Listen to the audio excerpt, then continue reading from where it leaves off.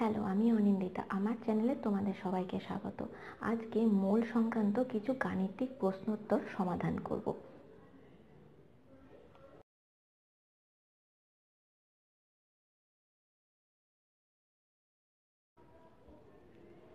এক নম্বর প্রশ্নে বলা ছিল যে একটি সিলভার পরমাণুর ওজন কত হবে সেটা আমাদের বের করতে হবে।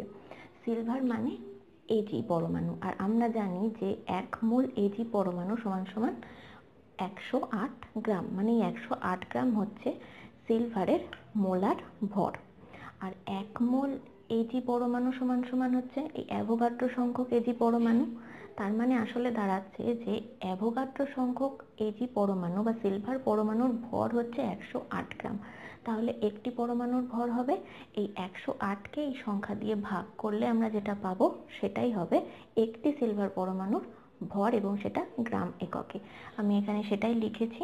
এবার এটা ক্যালকুলেট করলে যে উত্তরটা আসবে সেটাই হবে এই প্রশ্নের উত্তর, মানে একটি সিলভার পরমাণুর ওজন কত।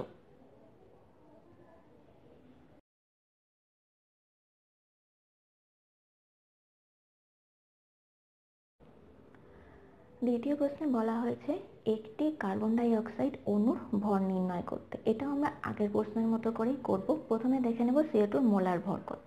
এখানে CO2 মোলার ভরটা আমি ক্যালকুলেট করে দেখেছি।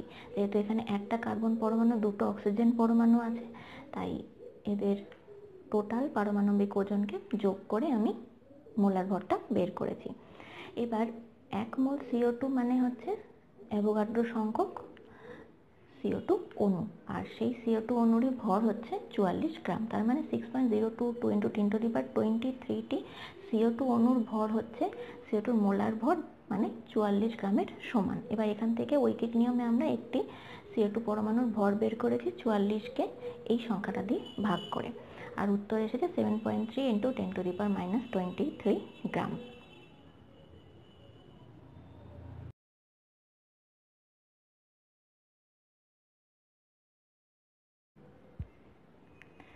পরের প্রশ্নে মোল সংখ্যা নির্ণয় করতে বলা হয়েছে, আর সেখানে বলা হয়েছে প্রথম যে কোশ্চেনটা সেটা হচ্ছে 34.2 গ্রাম ইক্ষু শর্করা মানে কত মোল। প্রথমেই দেখে নেব ইক্ষু শর্করা মানে কি। ইক্ষু শর্করার সংকেত আমি এখানে লিখেছি C12H22O11। এবার দেখে নেব যে এই ইক্ষু শর্করার মোলার ভর কত, মানে 1 মোল ইক্ষু শর্করা মানে কত, আর সেটা এই সংকেতকে ব্যবহার করে নির্ণয় করব। এখানে যেহেতু 12টা কার্বন পরমাণু আছে তাই 12 × 12, যেহেতু কার্বনের পারমাণবিক ভর 12, তাই 12 × 12। তারপরে হচ্ছে হাইড্রোজেন 22টি, তাই 1 × 22। তারপরে অক্সিজেন পরমাণু রয়েছে 11টি, তাই 11 × 16। আর এই সবগুলোকে যোগ করে আমরা পাবো 342 গ্রাম। তার মানে আমরা এখানে মোলার ভর পেয়ে গেলাম। আর মোল সংখ্যার সূত্র আমরা জানি যে মোল সংখ্যা সমান সমান প্রশ্নে প্রদত্ত যে ভর থাকবে সেটাকে এই মোলার ভর দিয়ে, মানে মোলার ভরটি ভাগ করতে হবে। আমি এখানে সেটাই করেছি। প্রশ্নে দেওয়া ছিল 34.2 গ্রাম, সেটাকে আমরা মোলার ভর 342 দিয়ে ভাগ করেছি, আমরা তার থেকে মোল সংখ্যা পেয়েছি, আর সেটা হচ্ছে 0.1 মোল।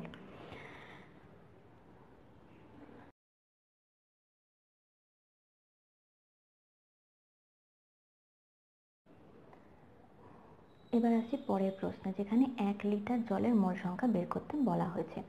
1 লিটার দেয়া আছে, মানে অ্যাকচুয়ালি জলের আয়তন দেয়া আছে, আর মোল সংক্রান্ত সব গণনা আসলে ভরকে কেন্দ্র করে করা হয়। তাহলে এখানে আয়তনকে আমাদের আগে ভরে পরিণত করতে হবে, আর সেই জন্য কোশ্চেন একটা ডেটা দেয়া আছে, সেটা হচ্ছে ঘনত্ব। ঘনত্ব হচ্ছে পদার্থের ভর এবং আয়তনের মধ্যে সম্পর্কটা। তাহলে এখানে জলের ঘনত্ব দেওয়া আছে 1000 গ্রাম পার লিটার, সেখান থেকে 1 লিটার জলের ভর আমরা বের করে নিয়েছি ঘনত্ব ইন্টু আয়তন করে, যেখান থেকে আমরা পেয়েছি 1000 লিটার জলের ভর 1000 গ্রাম। এবার দেখে নেব যে মোল সংখ্যা কি করে বের করব। মোল সংখ্যা বের করার সেই একই সূত্র ব্যবহার করব, যে প্রদত্ত ভর বাই মোলার ভর।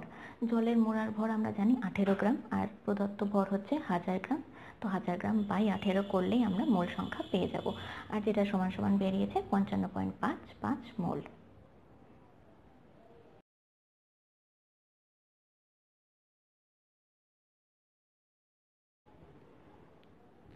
এবার আসছি পরবর্তী প্রশ্নে, যেখানে বলা হয়েছে 392 গ্রাম H2SO4 বা সালফিউরিক অ্যাসিডের মধ্যে মোল সংখ্যা কত। তাহলে এটার ক্ষেত্রেও একইভাবে প্রথমে মোলার ভর বের করব। মোলার ভর এখানে H2SO4 এর গণনা করেছি। দুটো হাইড্রোজেন পরমাণুর জন্য 1/2 প্লাস একটা সালফার পরমাণুর জন্য 32/1 আর চারটে অক্সিজেন পরমাণুর জন্য 16/4 আর এগুলোকে যোগ করে পেয়েছি 98 গ্রাম। তার মানে H2SO4 এর মোলার ভর হচ্ছে 98 গ্রাম। আর মোল সংখ্যার সূত্র হচ্ছে প্রদত্ত ভর বাই মোলার ভর। প্রদত্ত ভর হচ্ছে 392 গ্রাম বাই মোলার ভর 98 করে আমরা পেয়েছি 4। তার মানে 392 গ্রাম সালফিউরিক অ্যাসিড মানে 4 মোল সালফিউরিক অ্যাসিড।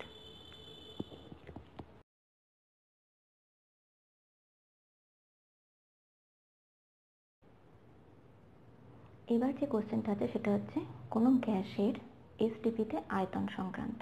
দেয়া আছে যে 44.8 লিটার নাইট্রোজেন গ্যাসের মোল সংখ্যা কত এবং সেটা এসটিপিতে। আমরা জানি যে এসটিপিতে যে কোনো গ্যাসের মোলার আয়তন বা 1 মোল গ্যাসের আয়তন হয় 22.4 লিটার। আর এক্ষেত্রে মোল সংখ্যার সূত্রটা দাঁড়াবে প্রদত্ত আয়তন বাই 22.4 লিটার এবং সেটা অবশ্যই এই পুরো গণনাটা এসটিপি কন্ডিশনে করতে হবে।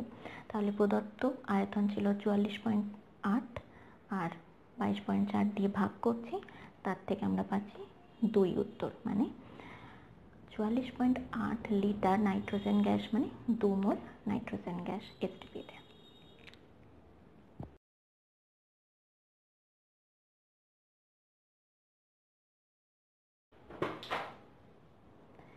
এবার যে কোশ্চেনটা সলভ করছি সেটি 2018-র 11-এর ফাইনাল এক্সামে এসেছিল।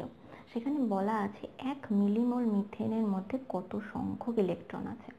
প্রথমে দেখছি যে মিথেনের একটি অণুতে কতগুলি ইলেকট্রন আছে। এখানে মিথেনের সংকেত লিখেছি, যেখানে দেখতে পাচ্ছি যে একটি কার্বন পরমাণু এবং 4টি হাইড্রোজেন পরমাণু আছে।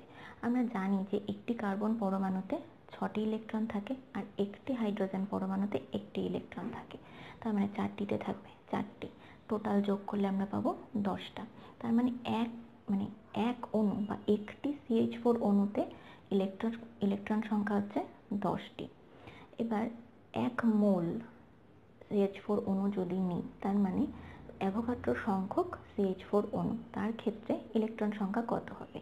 একটিতে যদি 10টা থাকে তাহলে অ্যাভোগাড্রো সংখ্যা দিয়ে গুণ করলেই 1 মোল মিথেনের মধ্যে কতগুলি ইলেকট্রন আছে সেটা পেয়ে যাব। সেটাই আমরা এখানে লিখেছি 10 × Na। Na মানে হচ্ছে অ্যাভোগাড্রো সংখ্যা। এবার আমাদের প্রশ্নে চেয়েছে 1 মিলিমোল। মিলিমোল মানে হচ্ছে 10⁻³ দিয়ে গুণ করলেই আমরা মিলিমোল পাবো, মানে মিলি সেই উপসর্গগুলোর মধ্যে একটি, যার গুণিতকের মান হচ্ছে 10⁻³। তার মানে মিলিমোল হচ্ছে এই যে সংখ্যাটা পেয়েছি 1 মোলের ক্ষেত্রে, এর থেকে মিলিমোল বের করতে গেলে শুধুমাত্র 10⁻³ দিয়ে গুণ করতে হবে বা 1000 দিয়ে ভাগ করতে হবে। আমি এখানে 1000 দিয়ে ভাগ, মানে একই ব্যাপার। তো কাটাকুটি করে আর n এর মান মানে অ্যাভোগাড্রো সংখ্যার মান বসালে আমরা এই উত্তরটা পাবো 6.022 × 10⁻21, মানে এত সংখ্যক ইলেকট্রন আছে 1 মিলিমোল মিথেনের মধ্যে। আজকে মোল সংক্রান্ত কতগুলি গাণিতিক প্রশ্নের আলোচনা করলাম। তোমাদের যদি এগুলো হেল্পফুল মনে হয়ে থাকে তাহলে অবশ্যই লাইক করো, তোমাদের বন্ধুদের সাথে শেয়ার করো এবং আমার চ্যানেলটি সাবস্ক্রাইব করো। আর যদি তোমাদের নিজেদের কাছেও কোনো গাণিতিক সমস্যা থেকে থাকে মোল সংক্রান্ত, আমাকে কমেন্ট করে জানাতে পারো। আমি চেষ্টা করব পরবর্তী ক্লাসে সেটা নিয়ে আলোচনা করার। আজকে এখানেই শেষ করছি। ভিডিওটি দেখার জন্য থ্যাংক ইউ।